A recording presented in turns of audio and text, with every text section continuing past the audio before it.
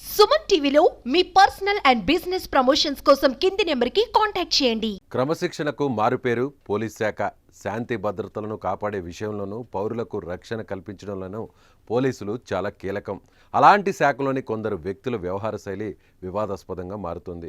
ఇటీవల విధుల్లో ఉన్న ఓ మహిళా కానిస్టేబుల్ వైసీపీ అధినేత జగన్మోహన్ రెడ్డిని తన కుమార్తెతో కలిసి యూనిఫామ్లో సెల్ఫీ దిగడం తీవ్ర విమర్శలకు దారితీసింది. సెల్ఫీ దిగడం తప్పు కాకపోయినా సమయం సందర్భం లేకుండా డ్యూటీలో ఉండగా బలవంతంగా చొచ్చుకుని వచ్చి జగన్ను సెల్ఫీ అడగడంపై దుమారమే రేగింది. ఈ వివాదం ఆమెను చిక్కుల్లో కూడా పడేసింది.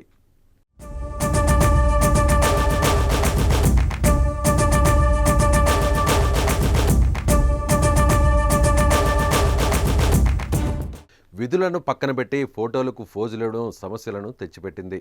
అధికారుల ఆగ్రహానికి గురైంది. మహిళా కానిస్టేబుల్పై చర్యలకు అధికారులు ఉపక్రమించారు. త్వరలోనే కానిస్టేబుల్ అయేషా బానుకు ఛార్జ్ మెమో జారీ చేశారు. ఆమె ఇచ్చే వివరణ ఆధారంగా ఓ కమిటీ వేసి చర్యలు తీసుకుంటామని జైలర్ రవిబాబు వెల్లడించారు.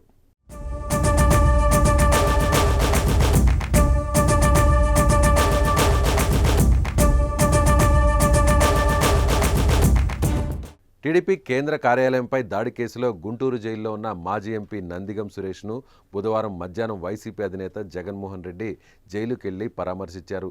ధైర్యంగా ఉండాలని సూచించిన ఆయన పార్టీ అన్ని విధాలా అండగా ఉంటుందని భరోసా ఇచ్చారు. అనంతరం జైలు వెలుపల జగన్ మీడియా సమావేశం నిర్వహించారు.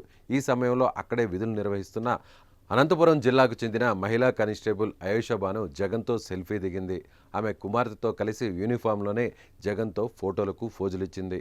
అనంతరం ఆశీర్వదించమని జగన్ను కోరింది.